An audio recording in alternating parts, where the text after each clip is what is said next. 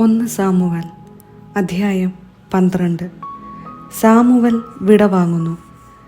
Samuel Israel ജനത്തോട് പറഞ്ഞു, നിങ്ങൾ ആവശ്യപ്പെട്ടതൊക്കെ ഞാൻ ചെയ്തു തന്നു. ഞാൻ രാജാവിനെ നിങ്ങൾക്ക് വാഴിച്ചു തന്നു. ഇപ്പോൾ നിങ്ങളെ നയിക്കാൻ ഒരു രാജാവുണ്ട്. ഞാൻ വൃദ്ധനായി, ജരാനരകൾ ബാധിച്ചു. എൻ്റെ പുത്രന്മാരാകട്ടെ നിങ്ങളോട് കൂടെയുണ്ട്. യൗവനം മുതൽ ഇന്നുവരെ ഞാൻ നിങ്ങളെ നയിച്ചു പോന്നു. ഇതാ ഞാൻ നിങ്ങളുടെ മുൻപിൽ നിൽക്കുന്നു. ഞാൻ എന്തെങ്കിലും തെറ്റ് ചെയ്തിട്ടുണ്ടെങ്കിൽ കർത്താവിൻ്റെയും അവിടുത്തെ അഭിഷിക്തൻ്റെയും മുൻപിൽ വച്ച് ഇപ്പോൾ എന്നെ കുറ്റപ്പെടുത്തുവിൻ. ഞാൻ ആരുടെയെങ്കിലും കാളയെയോ കഴുതയെയോ അപഹരിച്ചിട്ടുണ്ടോ? ആരെയെങ്കിലും വഞ്ചിക്കുകയോ ഞെരുക്കുകയോ ചെയ്തിട്ടുണ്ടോ? ആരിൽ നിന്നെങ്കിലും കൈക്കൂലി വാങ്ങി സത്യത്തിനു നേരെ കണ്ണടച്ചിട്ടുണ്ടോ? ഇവയിലേതെങ്കിലും ഞാൻ ചെയ്തിട്ടുണ്ടെങ്കിൽ ഞാൻ എടുത്തിട്ടുള്ളതെന്തും മടക്കിത്തരാം. അവർ പറഞ്ഞു, അങ്ങ് ഞങ്ങളെ വഞ്ചിക്കുകയോ ഞെരുക്കുകയോ ചെയ്തിട്ടില്ല. ആരിലും നിന്നും യാതൊന്നും അപഹരിച്ചിട്ടുമില്ല. അവൻ അവരോട് പറഞ്ഞു, ഞാൻ തികച്ചും നിഷ്കളങ്കനാണെന്നു നിങ്ങൾ കണ്ടുവെന്നതിന് കർത്താവും അവിടുത്തെ അഭിഷിക്തനും സാക്ഷിയാണ്. അവർ പ്രതിവചിച്ചു, അതെ, കർത്താവ് സാക്ഷി. സാമുവൽ തുടർന്നു, മോശയെയും അഹരോനെയും നിയമിക്കുകയും നിങ്ങളുടെ പിതാക്കന്മാരെ ഈജിപ്തിൽ നിന്ന് മോചിപ്പിക്കുകയും ചെയ്ത കർത്താവ് സാക്ഷി. കേട്ടുകൊള്ളുവിൻ. നിങ്ങൾക്കും നിങ്ങളുടെ പിതാക്കന്മാർക്കും കർത്താവ് ചെയ്ത വലിയ കാര്യങ്ങൾ ഓർമ്മപ്പെടുത്തിക്കൊണ്ട് നിങ്ങളെ ഞാൻ കർത്താവിൻ്റെ മുൻപിൽ കുറ്റപ്പെടുത്താൻ പോകുകയാണ്. യാക്കോബ് ഈജിപ്തിലെത്തുകയും അവൻ്റെ സന്തതികളെ ഈജിപ്തുകാർ ഞെരുക്കുകയും ചെയ്തപ്പോൾ നിങ്ങളുടെ പിതാക്കന്മാർ കർത്താവിനോട് കരഞ്ഞപേക്ഷിച്ചു. അവിടുന്ന് മോശയെയും അഹരോനെയും അയച്ചു. അവർ നിങ്ങളുടെ പിതാക്കന്മാരെ ഈജിപ്തിൽ നിന്ന് കൊണ്ടുവന്ന് ഈ സ്ഥലത്ത് താമസിപ്പിച്ചു. പക്ഷേ അവർ തങ്ങളുടെ ദൈവമായ കർത്താവിനെ വിസ്മരിച്ചു. അവിടുന്ന് അവരെ ഹസോറിലെ യാബിൻ രാജാവിൻ്റെ സേനാധിപനായ സിസേറായുടെയും ഫിലിസ്ത്യരുടെയും മൊവാബ് രാജാവിൻ്റെയും കരങ്ങളിൽ ഏൽപ്പിച്ചു. അവർ ഇസ്രായേല്യരോട് യുദ്ധം ചെയ്തു. ഇസ്രായേൽ കർത്താവിനോട് നിലവിളിച്ചു പറഞ്ഞു, ഞങ്ങൾ പാപം ചെയ്തു പോയി. കർത്താവിനെ ഉപേക്ഷിച്ച് ബാലിൻ്റെയും അഷ്താർത്തയുടെയും ബിംബങ്ങളെ ഞങ്ങൾ ആരാധിച്ചു. ഇപ്പോൾ ശത്രുക്കളുടെ കരങ്ങളിൽ നിന്ന് ഞങ്ങളെ മോചിപ്പിക്കുക. ഞങ്ങൾ അവിടുത്തെ സേവിച്ചു കൊള്ളാം. കർത്താവ് ജെറുബ്ബാലിനെയും ബാറാക്കിനെയും ജെഫ്തായെയും സാമുവേലിനെയും അയച്ച് എല്ലാ ശത്രുക്കളിലും നിന്ന് നിങ്ങളെ രക്ഷിച്ചു. നിങ്ങൾ സുരക്ഷിതരായി വസിച്ചു. അമ്മോന്യരുടെ രാജാവായ നാഹാഷ് ആക്രമിക്കാൻ ഉദ്യമിച്ചപ്പോൾ ദൈവമായ കർത്താവ് നിങ്ങളുടെ രാജാവായിരിക്കെ ഭരിക്കാനൊരു രാജാവ് വേണമെന്ന് നിങ്ങൾ എന്നോട് പറഞ്ഞു. നിങ്ങളുടെ ആവശ്യമനുസരിച്ച് നിങ്ങൾ തിരഞ്ഞെടുത്ത രാജാവിനെ കണ്ടാലും ഇതാ കർത്താവ് നിങ്ങൾക്കായി ഒരു രാജാവിനെ വാഴിച്ചിരിക്കുന്നു. നിങ്ങൾ കർത്താവിനെ ബഹുമാനിക്കുകയും സേവിക്കുകയും അവിടുത്തെ സ്വരം ശ്രവിക്കുകയും കൽപ്പനകൾ ധിക്കരിക്കാതിരിക്കുകയും നിങ്ങളും നിങ്ങളെ ഭരിക്കുന്ന രാജാവും ദൈവമായ കർത്താവിനെ അനുഗമിക്കുകയും ചെയ്താൽ എല്ലാം ശുഭമായിരിക്കും. നിങ്ങൾ കർത്താവിൻ്റെ സ്വരം ശ്രവിക്കാതിരിക്കുകയും അവിടുത്തെ കൽപ്പനകൾ നിരസിക്കുകയും ചെയ്താൽ അവിടുന്ന് നിങ്ങൾക്കും നിങ്ങളുടെ രാജാവിനും എതിരായിരിക്കും. നിങ്ങളുടെ മുൻപാകെ കർത്താവ് പ്രവർത്തിക്കാൻ പോകുന്ന ഈ മഹാകാര്യം കാണാൻ നിങ്ങൾ ശ്രദ്ധയോടെ കാത്തു നിൽക്കുവിൻ. ഇത് ഗോതമ്പ് കൊയ്യുന്ന കാലമല്ലേ? ഇടിയും മഴയും അയക്കാൻ കർത്താവിനെ വിളിച്ച് ഞാൻ അപേക്ഷിക്കും. ഒരു രാജാവിനെ ആവശ്യപ്പെട്ടതുകൊണ്ട് കർത്താവിൻ്റെ ദൃഷ്ടിയിൽ നിങ്ങൾ പ്രവർത്തിച്ച ദുഷ്ടത എന്തെന്ന് അപ്പോൾ നിങ്ങൾ ഗ്രഹിക്കും. സാമുവൽ കർത്താവിനെ വിളിച്ചപേക്ഷിച്ചു. അവിടുന്ന് ഇടിയും മഴയും അയച്ചു. ജനം കർത്താവിനെയും സാമുവലിനെയും ഭയപ്പെട്ടു. അവർ സാമുവലിനോട് അപേക്ഷിച്ചു, ഞങ്ങൾ മരിക്കാതിരിക്കാൻ അങ്ങയുടെ ദൈവമായ കർത്താവിനോട് ഈ ദാസന്മാർക്ക് വേണ്ടി പ്രാർത്ഥിക്കണമേ. രാജാവിനെ ചോദിച്ചതുകൊണ്ട് മറ്റെല്ലാ പാപങ്ങൾക്കും പുറമെ ഈ പാപവും ഞങ്ങൾ ചെയ്തു. സാമുവൽ ജനത്തോട് പറഞ്ഞു, ഭയപ്പെടേണ്ട, നിങ്ങൾ ഈ തിന്മകളെല്ലാം ചെയ്തു. എന്നാലും കർത്താവിനെ അനുഗമിക്കുന്നതിൽ നിന്ന് പിന്മാറരുത്. പൂർണ്ണ ഹൃദയത്തോടെ അവിടുത്തെ സേവിക്കുവിൻ.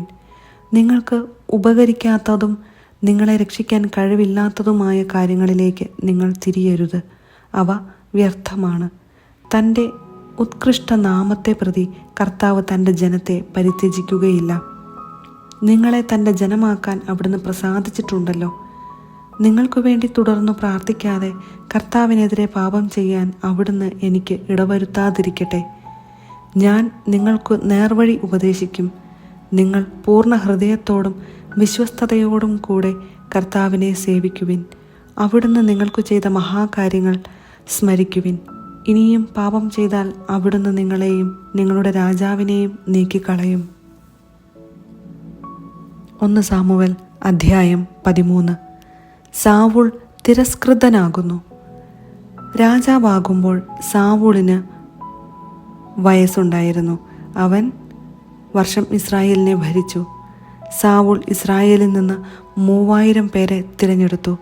2000 പേർ അവനോടൊത്ത് മിക്മാഷിലും ബഥേൽ മലനാട്ടിലും നിന്നു. 1000 പേർ ജോനാഥനോടുകൂടെ ബെഞ്ചമിൻ്റെ ഗിബെയ ദേശത്തും ആയിരുന്നു. ശേഷിച്ചവരെ അവരവരുടെ കൂടാരങ്ങളിലേക്ക് അയച്ചു. ഗബായിലുള്ള ഫിലിസ്ത്യരുടെ കാവൽ സൈന്യത്തെ ജോനാഥൻ പരാജയപ്പെടുത്തി. ഫിലിസ്ത്യർ അതറിഞ്ഞു. ഹെബ്രായർ കേൾക്കട്ടെ എന്ന് പറഞ്ഞ് സാവൂൾ രാജ്യമൊട്ടുക്കു കാഹളം മുഴക്കി. സാവൂൾ ഫിലിസ്ത്യരുടെ കാവൽഭടന്മാരെ പരാജയപ്പെടുത്തിയെന്നും ഫിലിസ്ത്യർ തങ്ങളെ വെറുക്കുന്നുവെന്നും ഇസ്രായേലിയർ അറിഞ്ഞു. അതിനാൽ അവർ ഗിൽഗാലിൽ സാവൂളിൻ്റെ അടുക്കൽ വന്നുകൂടി. ഫിലിസ്ത്യർ ഇസ്രായേലിനോട് യുദ്ധം ചെയ്യാൻ സൈന്യത്തെ ഒരുമിച്ച് കൂട്ടി. 30,000 രഥങ്ങൾ, 6,000 കുതിരപ്പടയാളികൾ, കടൽ തീരത്തെ മണൽത്തരി പോലെ എണ്ണമറ്റ കാലാൽപ്പട. അവർ ബത്താവിന് കിഴക്കുള്ള മിക്മാഷിൽ കൂടാരമടിച്ചു. അപകടസ്ഥിതിയിലാണെന്ന് മനസ്സിലായപ്പോൾ ഇസ്രായേലിയർ ഗുഹകളിലും മാളങ്ങളിലും പാറക്കെട്ടുകളിലും ശവകുടീരങ്ങളിലും കിണറുകളിലും ഒളിച്ചു. ചിലർ ജോർദാൻ നദി കടന്ന് ഗാദിലും ഗിലെയാദിലും എത്തി. സാവൂൾ ഗിൽഗാലിൽ തന്നെ ഉണ്ടായിരുന്നു. അനുയായികളാകട്ടെ ഭയചകിതരുമായിരുന്നു. സാവൂൾ സാമുവേലിൻ്റെ നിർദ്ദേശമനുസരിച്ച് 7 ദിവസം അവനു വേണ്ടി കാത്തിരുന്നു. എന്നാൽ അവൻ ഗിൽഗാലിൽ വന്നില്ല. അതിനാൽ ജനം സാവൂളിനെ വിട്ടുപിരിയാൻ തുടങ്ങി. സാവൂൾ പറഞ്ഞു, ദഹനബലിക്കും സമാധാന ബലിക്കുമുള്ള വസ്തുക്കൾ എൻ്റെ അടുത്ത് കൊണ്ടുവരുവിൻ. എന്നിട്ട് അവൻ തന്നെ ദഹനബലി അർപ്പിച്ചു. ദഹനബലി അർപ്പിച്ചു കഴിഞ്ഞപ്പോൾ സാമുവൽ വന്നെത്തി. അവനെ അഭിവാദനം ചെയ്ത് സ്വീകരിക്കാൻ സാവൂൾ പുറത്തേക്ക് ചെന്നു. നീ എന്താണ് ചെയ്തത്? സാമുവൽ ചോദിച്ചു. സാവൂൾ പറഞ്ഞു, ജനങ്ങൾ എന്നെ വിട്ടു ചിതറിപ്പോകുന്നതും നിശ്ചിത ദിവസമായിട്ടും അങ്ങ് വരാതിരിക്കുന്നതും ഫിലിസ്ത്യർ മിക്മാഷിൽ ഒരുമിച്ച് കൂടുന്നതും ഞാൻ കണ്ടു. ഗിൽഗാലിൽ വെച്ച് ഫിലിസ്ത്യർ എന്നെ ആക്രമിക്കുന്നുവെന്നും കർത്താവിൻ്റെ സഹായം ഞാൻ അപേക്ഷിച്ചിട്ടില്ലല്ലോ എന്നും ഞാൻ ഓർത്തു. അതിനാൽ ദഹനബലി അർപ്പിക്കാൻ ഞാൻ നിർബന്ധിതനായി. സാമുവൽ പറഞ്ഞു, നീ വിഡ്ഢിത്തമാണ് ചെയ്തത്. നിന്റെ ദൈവമായ കർത്താവിൻ്റെ കൽപ്പന നീ അനുസരിച്ചില്ല. അനുസരിച്ചിരുന്നെങ്കിൽ അവിടുന്ന് നിന്റെ രാജ്യത്വം ഇസ്രായേലിൽ എന്നേക്കുമായി സ്ഥിരപ്പെടുത്തുമായിരുന്നു. എന്നാൽ നിന്റെ ഭരണം ഇനി ദീർഘിക്കുകയില്ല. കർത്താവിൻ്റെ കൽപ്പനകൾ നീ അനുസരിക്കായികയാൽ തൻ്റെ ഹിതാനുവർത്തിയായ ഒരാളെ അവിടുന്ന് തിരഞ്ഞെടുത്തിട്ടുണ്ട്. ജനത്തിന് രാജാവായിരിക്കാൻ അവിടുന്ന് അവനെ നിയോഗിച്ചു കഴിഞ്ഞു. സാമുവൽ ഗിൽഗാലിൽ നിന്ന് ബെഞ്ചമിൻ്റെ ഗിബെയയിലേക്ക് പോയി. 600ഓളം പേർ മാത്രമേ സാവൂളിനോട് കൂടെ അവശേഷിച്ചിരുന്നുള്ളൂ. സാവൂളും പുത്രൻ ജോനാഥനും ആ ജനങ്ങളും ബെഞ്ചമിൻ്റെ ഗേബാദേശത്ത് പാളയമടിച്ചു. ഫിലിസ്ത്യർ മിക്മാഷിലും കൂടാരമടിച്ചു. ഫിലിസ്ത്യരുടെ പാളയത്തിൽ നിന്ന് 3 സംഘങ്ങൾ കവർച്ചയ്ക്ക് പുറപ്പെട്ടു. ഒരു സംഘം ഷൂവാൽ ദേശത്തെ ഓഫ്രായിലേക്ക് തിരിച്ചു. മറ്റൊന്ന് ബത്ത്ഹൊറോനിലേക്കും മൂന്നാമത്തേത് മരുഭൂമിക്ക് അഭിമുഖമായി കിടക്കുന്ന സെബോയും താഴ്വരയ്ക്ക് മുകളിലുള്ള അതിർത്തിയിലേക്കും പോയി. അക്കാലത്ത് ഇസ്രായേലിൽ ഒരിടത്തും കൊല്ലന്മാർ ഇല്ലായിരുന്നു. ഹെബ്രായർ വാളും കുന്തവും ഉണ്ടാക്കാതിരിക്കാൻ ഫിലിസ്ത്യർ മുൻകരുതലെടുത്തിരുന്നു. ഇസ്രായേലിയർക്ക് തങ്ങളുടെ കൊഴു, തൂമ്പ, കോടാലി, അരിവാൾ എന്നിവ മൂർച്ച വരുത്തുന്നതിന് ഫിലിസ്ത്യരുടെ അടുക്കൽ പോകേണ്ടിയിരുന്നു. കൊഴുവിനും തൂമ്പായ്ക്കും 2 ഷെക്കലും കോടാലിക്കും മുടിങ്കോലിനും 1 ഷെക്കലും ആയിരുന്നു നിരക്ക്. യുദ്ധദിവസം സാവൂളിനും പുത്രൻ ജോനാഥനും ഒഴികെ മറ്റാർക്കും വാളോ കുന്തമോ ഉണ്ടായിരുന്നില്ല. ഫിലിസ്ത്യരുടെ കാവൽ സേന മിക്മാഷ് ചുരത്തിലേക്ക് നീങ്ങി.